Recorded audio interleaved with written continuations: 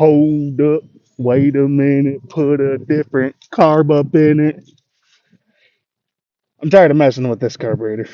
It doesn't want to play nice. I've rebuilt it, opened it back up, cleaned it all out again, and I can't seem to get it to run right. I've got the throttle screw just about buried on the curb idle just to get it to idle at like 1,000 RPM. Now it's a big cam. I don't expect it to idle much lower than that. Anything lower than that, and we're going to be, you know, which we like it, but that's not what I'm shooting for here. I want her to scream.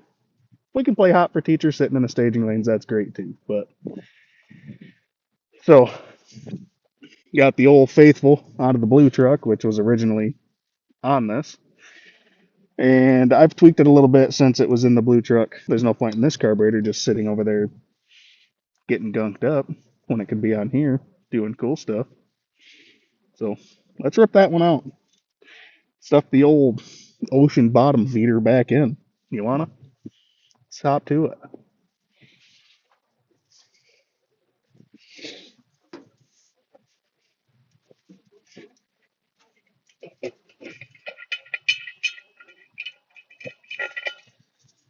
I'm sure you guys have seen this a million times, how to pull a carburetor. I'm sure lots of you have done it. So I'm not going to go into deep detail here. Ugh. Unplug our vacuum lines. One for the transmission, one for the vacuum advance that I've decided to run. I had the blue truck running like really good. I mean, we've had some cold days here in Michigan. And anytime I've gone out to that truck, 2 pumps of the pedal, breathe on the key. She comes right to life. So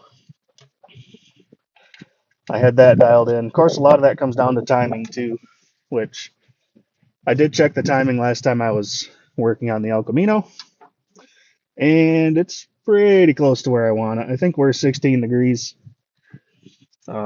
initial right now. I might bring that down a touch. We'll see how it reacts at higher RPM. But when I had it running, it was running pretty good.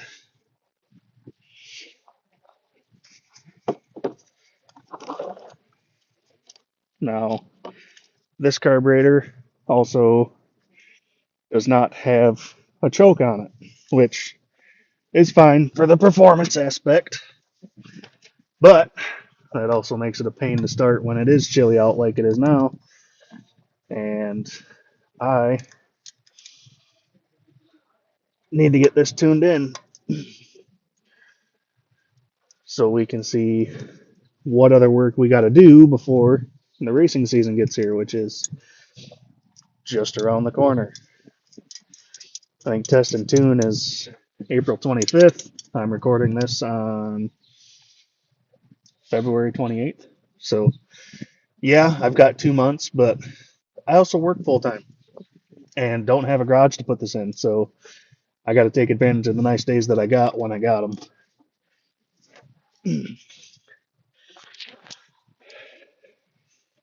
To make sure that it's done in time. If something's terribly wrong, I'd rather know now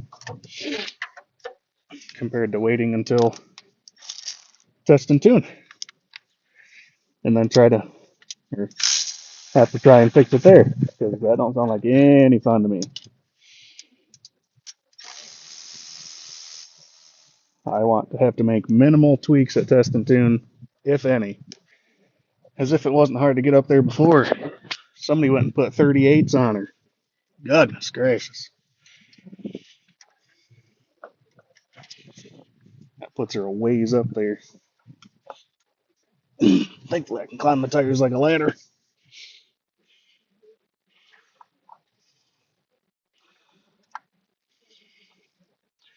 you guys haven't yet seen, I did put out a short, I don't remember how long ago, not too long ago, of the El Camino up and running. That video has the 38's on it. So go check that out. She looks way better with 38s. It fits it a lot better. Lets you know she's here to play, and she means business.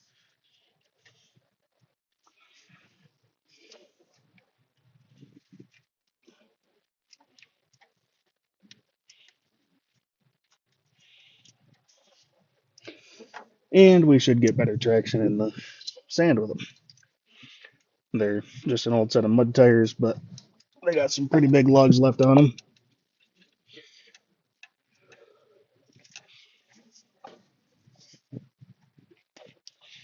The centers are worn down pretty good, but anybody that's played in sand knows that sand is a weird material.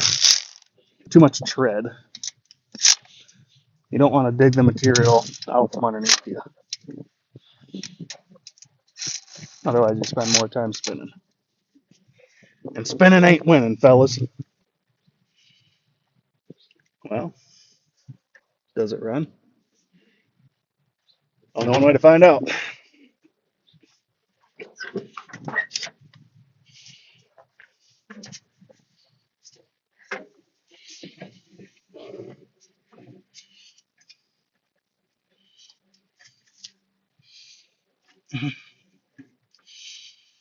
Yeah, fix that.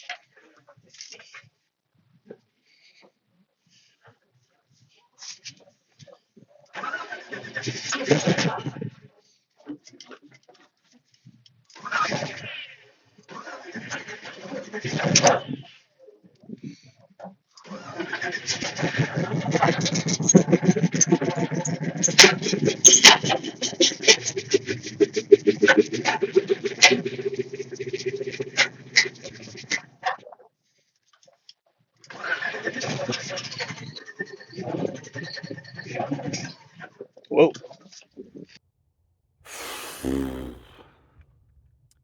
Truth go on and be told, it's a few days later.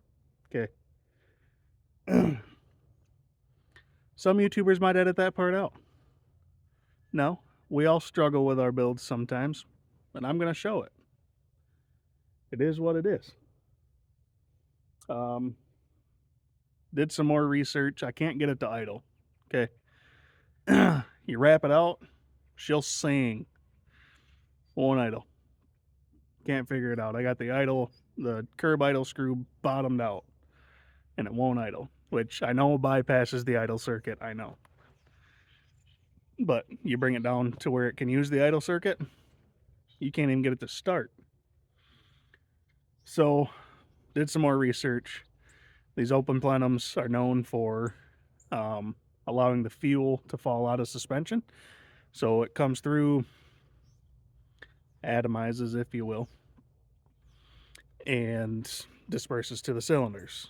Now, cylinder 5 and 7 can rob from each other, causing lean condition. We might be running into some of that too. If that's the case, we'll have to switch back to a dual plane intake because I only got so much time to mess with it and figure it out. But for today,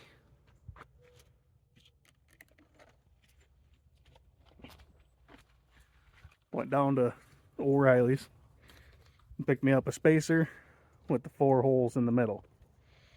So research I found says adding a spacer in between them with the 4 holes can help with that fuel suspension issue. It gives you more room for vacuum because with a big cam, you ain't got a whole lot of vacuum. You don't have a whole lot of vacuum at idle. Your fuel falls out of suspension, doesn't make it to the cylinders like it's supposed to, causes lean condition on some cylinders and floods the others, basically is what I'm picking up. It saturates the cylinder. So let's go ahead and throw the spacer in there with the 1-inch divider, the 4-hole divider, and see if that'll do it. If not, we're ripping the intake off. I've got 2 intakes to pick from. The one's the Edelbrock Performer that was on it last year. That one we know runs good. With the last configuration, obviously this configuration's a little bit different. Or I have the Holley Street Dominator intake that was on these heads on the other truck. That one I did get the truck running as good as it could. Even with a wiped out cam, it would still sit and idle. Not well, but it would. So we can pick from those, but we'll see. Gonna try to keep the open plenum just because they're better at high RPM, which is what we're shooting for, right? Kit came with studs. That's nice.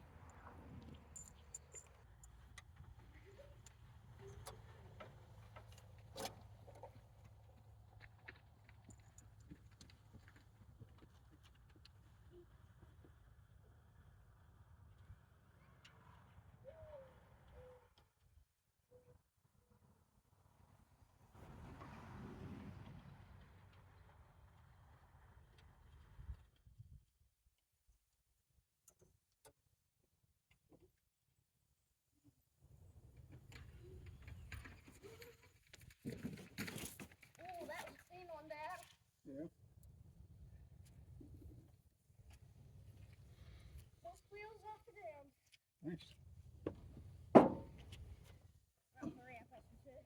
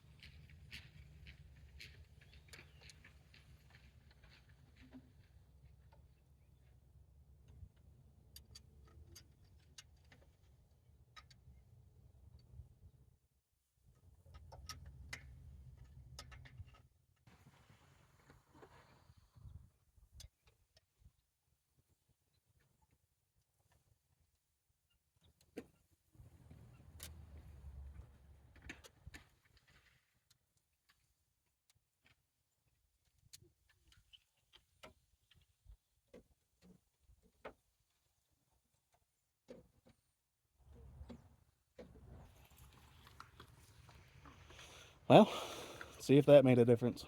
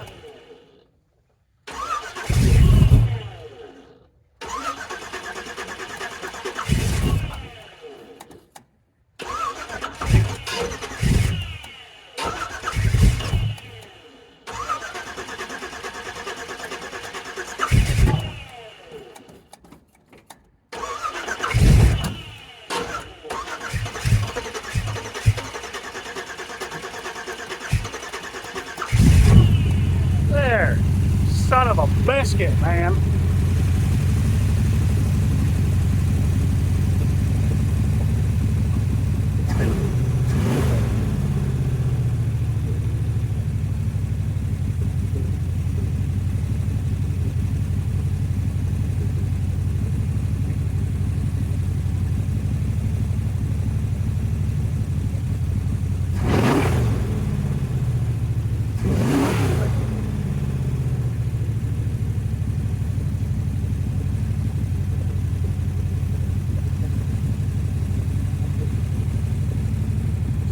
like to idle real well. It's idling at, I don't know, 1300 RPM, which for a big cam, that's, from what I understand, that's okay. That's to be expected. The curb idle's a little higher than I would like, but again, it's running. See, I had to retard the timing a little bit more. I had too much advance in it. Bottomed out the curb idle screw to get it to start, and then just started backing it off from there. I'm right at the end of the idle circuit with the curb idle screw. If I turn the idle screws in, the wheel adjusters on the side, that does still affect the engine a little bit, so we're right on the edge of that. So I think we're okay right where we're at. I'm sure it's still going to be a hard start in SOB, but what do you do?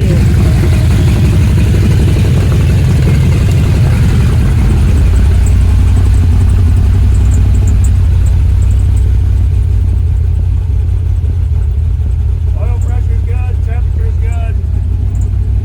Like I said, we're closer to 1400 RPM, but that's good for now. We'll play with it a little more. I have adjusted the rockers already, or the lifters, because they're solid lifters. So after the break-in, I had to adjust them.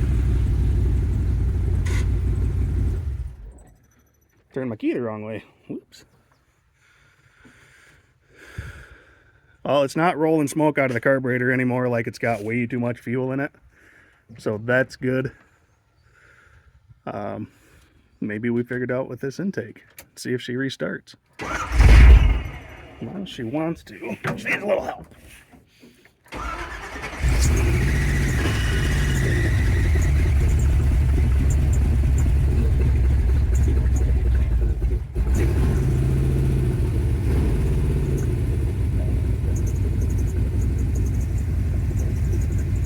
I pumped the pedal a little bit to get it to fire up, but whatever, we'll take it.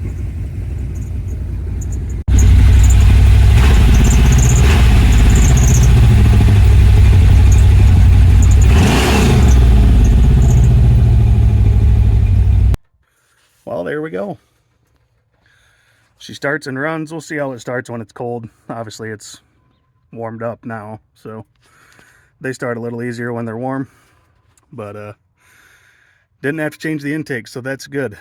I was not looking forward to that, because that means pulling the distributor out, and which I wouldn't mind pulling the distributor out to reset where it sits. By the time I got the timing right on it, the number one plug wire on the distributor is pointed right at the back of the carburetor. It's supposed to be pointed over towards cylinder one, but again, it doesn't matter. It spins roundy round. You can put them in any orientation you want. Any orientation you want. Pardon my stutter. So, could we put the other carburetor back on? Probably. That one doesn't have a choke plate. Again, I get it for performance, but they start so much easier with that choke plate on there. And I mean, it doesn't, we're not to that caliber. Okay. That choke plate ain't gonna slow us down enough to do any kind of harm to our time. Especially with it being bracket racing. It don't matter. It is what it is. I do know the meeting for Green's Drag Strip is this Saturday at 2 o'clock. So we'll be going to that. Again, that's just to go over the club rules and group rules for Pee-wee, Junior, Modified, and Super Modified. Any changes to be made will be talked about there. Probably won't record it. And we're going to petition to get my son moved up. And then it's race season. April 25th is Test and Tune. I do know that. So I know that's still not till towards the end of next month, but it's getting close, guys. So thanks for checking in, and we'll catch you guys next time. Get your backside trackside.